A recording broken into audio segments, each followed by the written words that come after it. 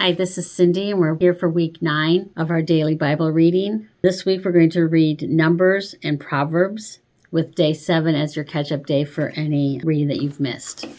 Our devotion this week is delay does not mean denial. Last year I was on a plane from Texas to North Carolina that was redirected to another destination mid-flight.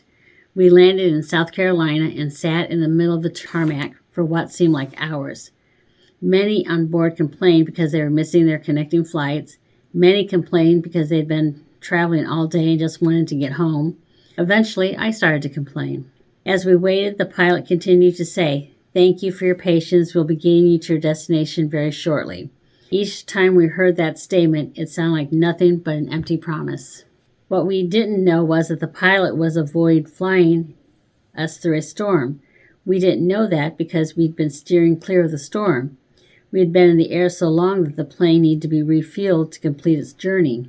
We were doing all that complaining, not knowing that the pilot was taking the necessary measures to keep us safe.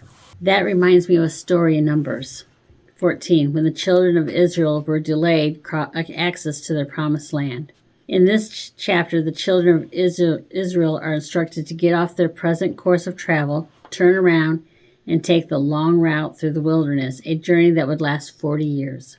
God told them that they couldn't go the short way because there were enemies waiting for them that they weren't prepared to fight. He made them go the long way through the wilderness. But the wilderness was purposeful. It disciplined them, trained them, and prepared them to live as promised land people.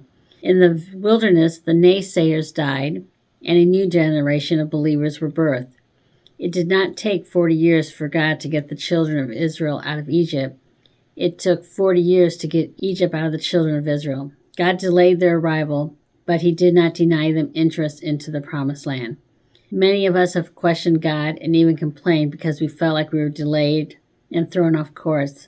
Many of us have felt like we should be further along than we are. Let me encourage you, as I encourage myself. Hang in there. I know things may not be going the way you want them to go, but just know that you will walk into your promise. If you're like me on the plane, you might get frustrated because it feels like you're just waiting around for no reason. But you have to know that while you may have been delayed, you have not been denied. Points to ponder. 1. The area of your life do you feel is being delayed, and why do you feel that way? 2. How have you handled the delay? 3.